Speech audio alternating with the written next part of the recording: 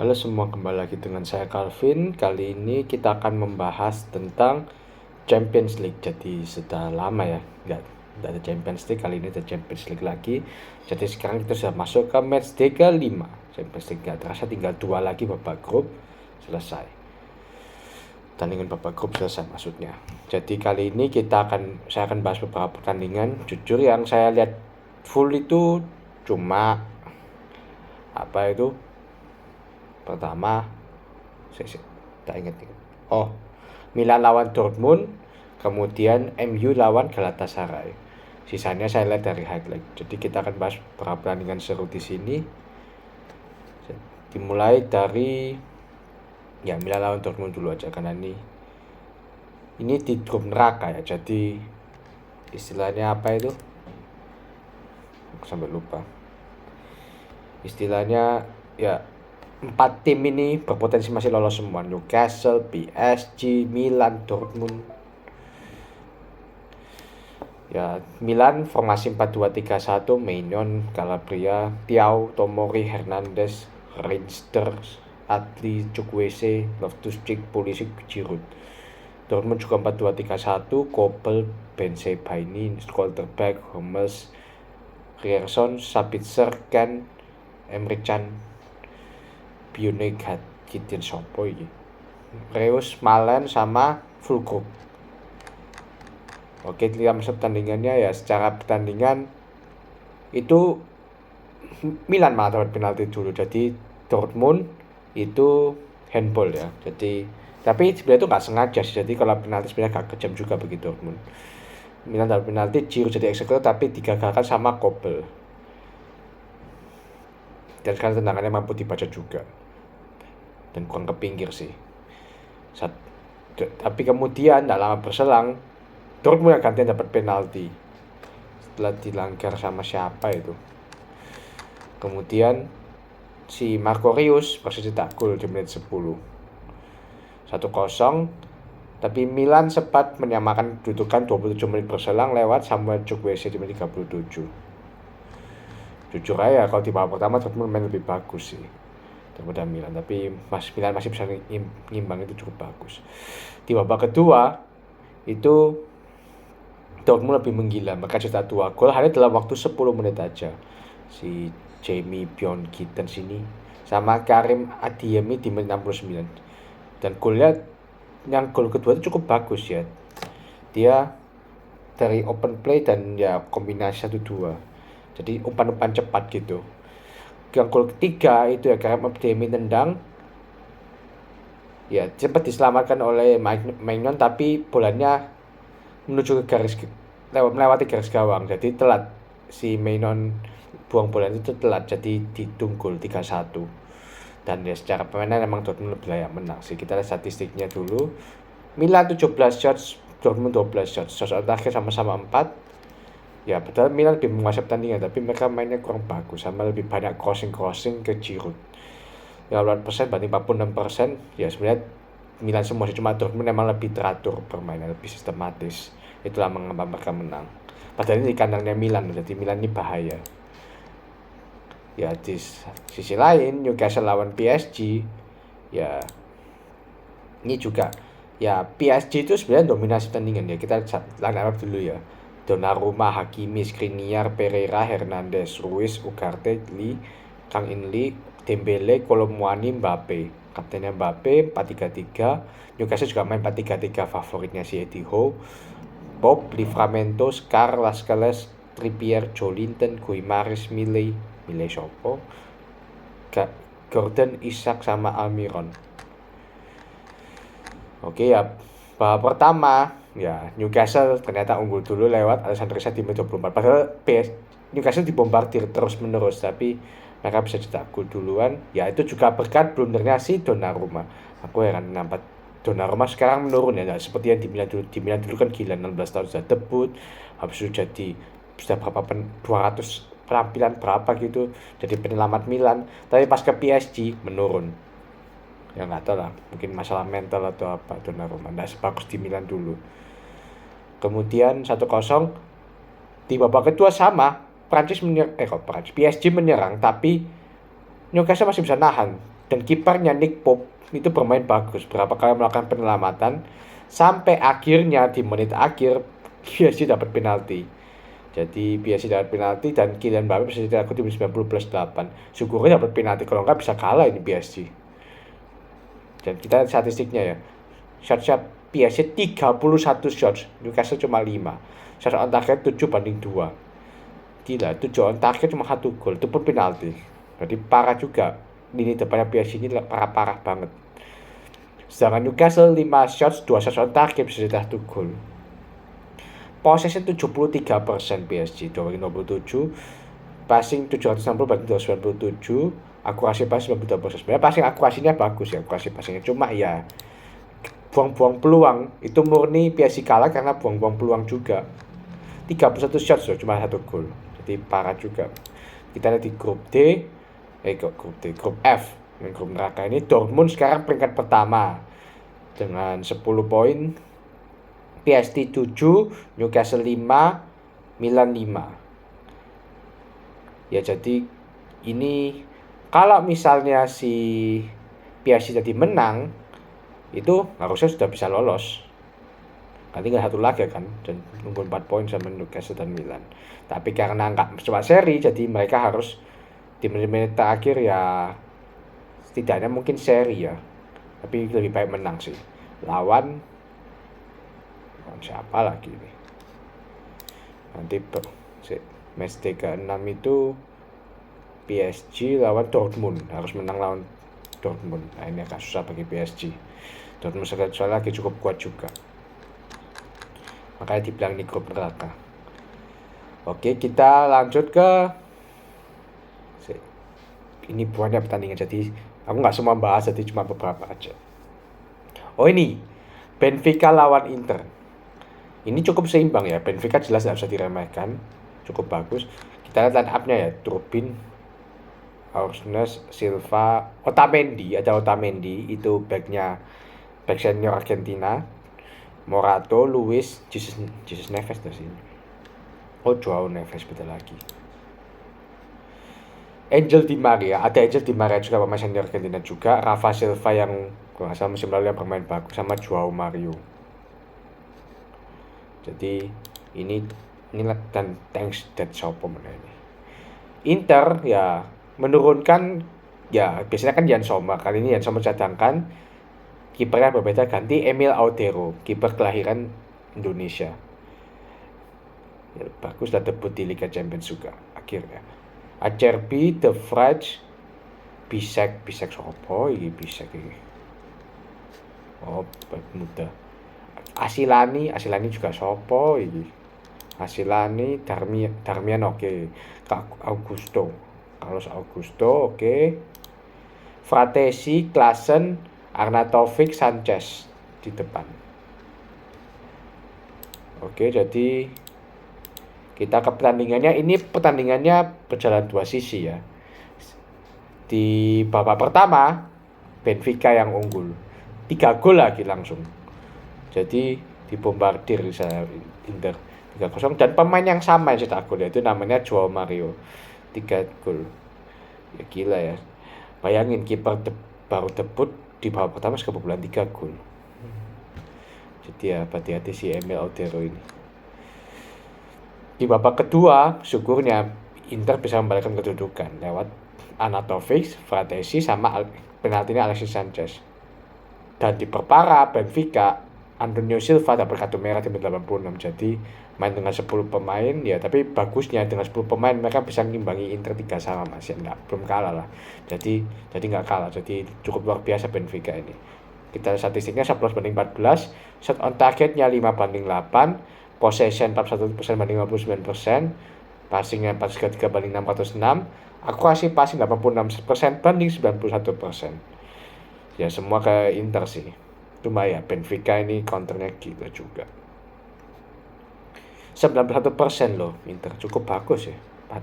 Akurasi passing, akurasi umpan ya. Oke, dengan ini si Inter ini. Real Sociedad 11, Inter 11. Jadi ya dua tim ini pasti lolos. Salzburg sama Benfica. Benfica ternyata terakhir, jadi bahaya Benfica ini. Benfica di match terakhir berarti harus menang lawan Salzburg. Ya, harus menang. Kalau enggak mereka tersingkir dan dalam ke Eropa juga. Ternyata di poin pertamanya mereka Benfica, jadi mungkin Inter berbaik hati ya itu karena mungkin bisa lolos. Kali ini kita akan bahas tentang Real Madrid lawan Napoli. Ini ya cukup seru, dua tim besar. Dua tim ini Real Madrid, Real Madrid tidak juara Liga sih.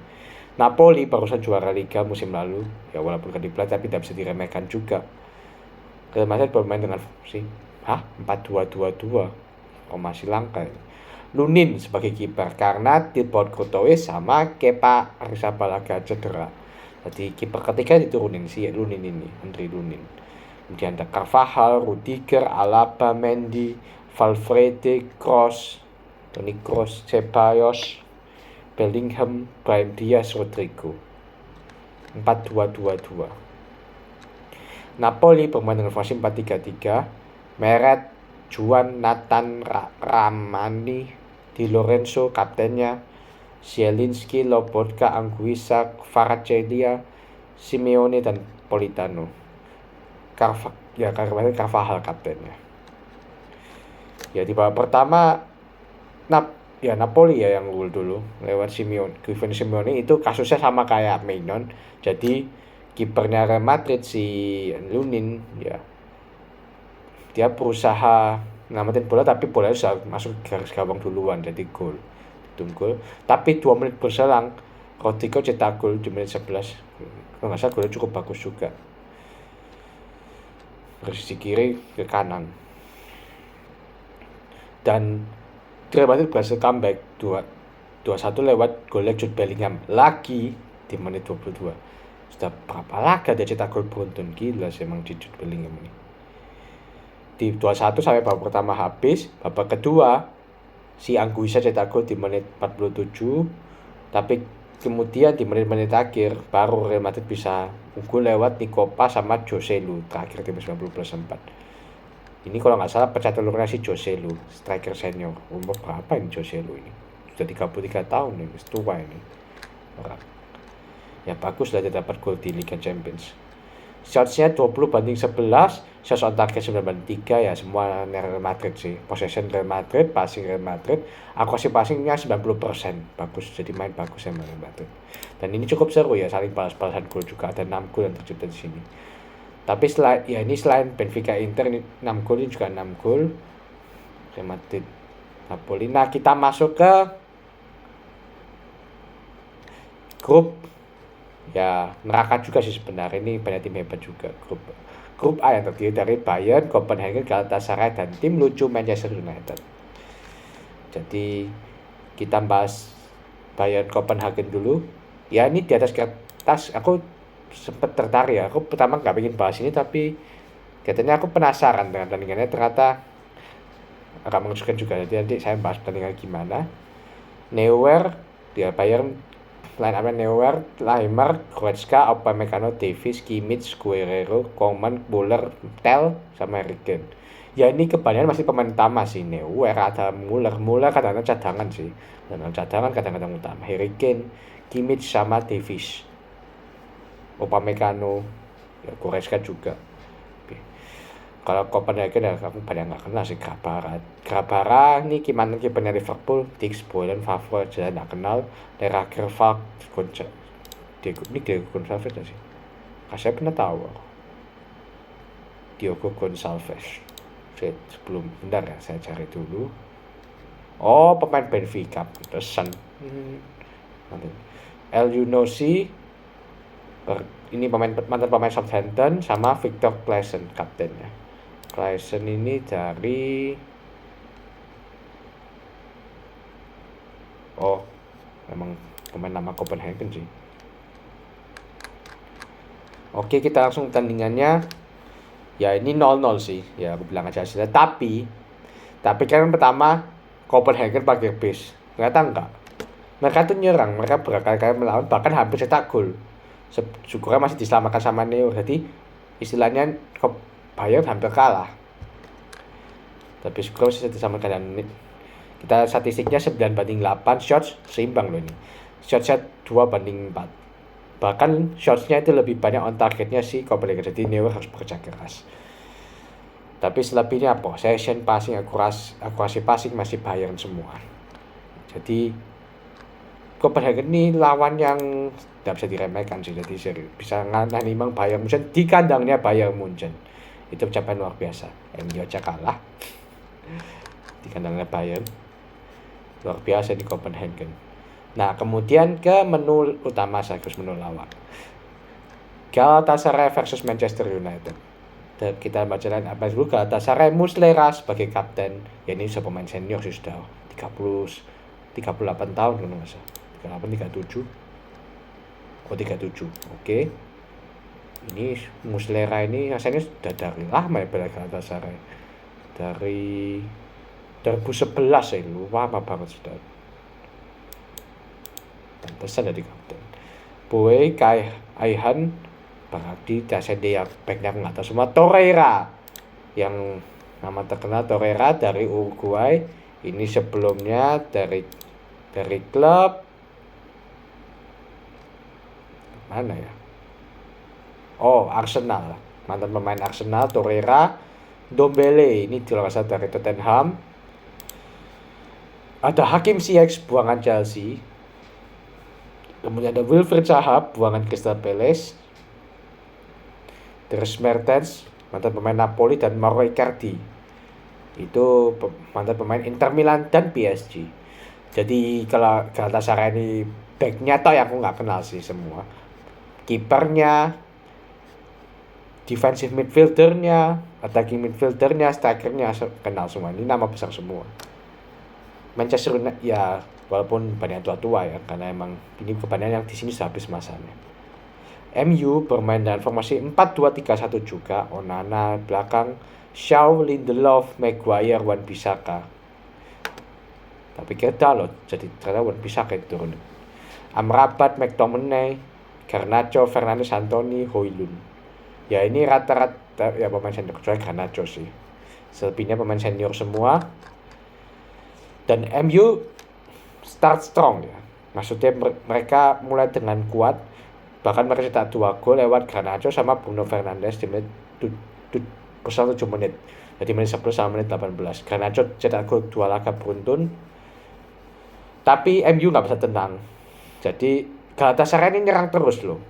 Bahkan Onana harus kerja keras dan ya Onana bikin blunder sih. Jadi Hakim Ziyech cetak gol di menit 29. Itu ya harusnya Onana bisa tangkap, tapi dia malah karena dekatnya dia malah kebobolan. 1-2 half time ya. Gini seru sih, jadi dua tim saling menyerang. Di babak kedua juga gitu, dua tim saling menyerang. MU cetak gol dulu lewat Scott McTominay di menit 55. 1-3 ya, karena sama McTominay ini sebenarnya nggak kalau bagus, tapi mereka bisa cetak gol, itu bagusnya. Di menit 55 1-3. Kemudian si Galatasaray tidak menyerah, mereka nyerang terus dan mereka bisa cetak gol lewat si Hakim Ziyech 62.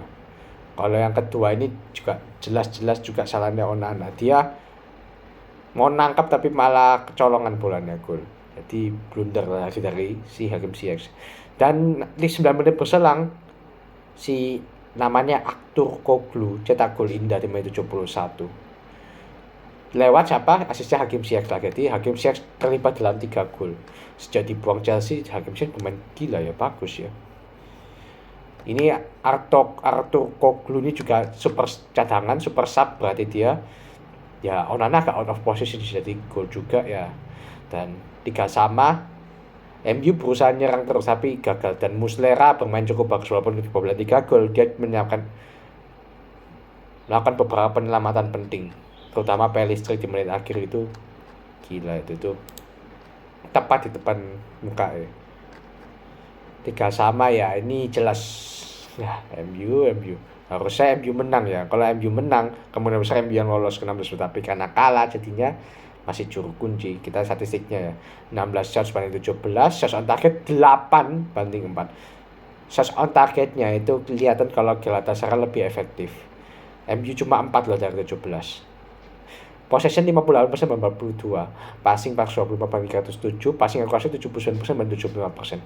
Sebenarnya kalau possession sih ya MU sekarang kan emang lebih ke counter ke dia. 42% nggak kayak. Cuma ya dalam hal ini Galatasaray selain possessionnya lebih banyak, mereka lebih mendominasi. Jadi ya itu ya masalahnya MU. Kurang terorganisir juga.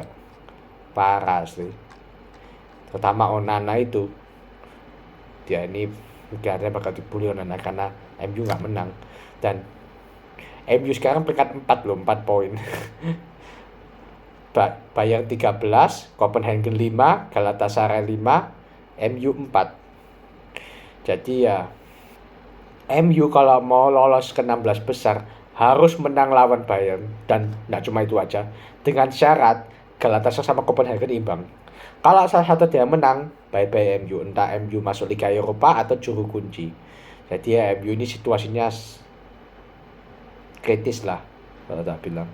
Ya lucu emang. Lawan Galatasaray yang banyak pemain akhiran nggak bisa menang juga parah. Tapi ya di Galatasaray juga itu mungkin karena mental. Jadi di stadion itu di supporternya ada tulisan welcome to hell. Jadi betul-betul diprovokasi itu pemainnya MU semua. Jadi ya mungkin telah menyebabkan mereka main hancur juga di kandangnya Galatasaray. Itu kan kandang angker gitu stadionnya Galatasaray. Fansnya militan banget. Ya itu sih. Ya menu utamanya lawakan MU ini. Harusnya bisa menang malah seri. Aduh, MU kehilangan 2 poin. Ini ya, ya syukurnya dia di kandangnya di kandangnya MU nanti mainnya, cuma ya belum tentu menang juga MU. Bayern masih kuat. Itu aja sih dari saya. Terima kasih sudah menonton.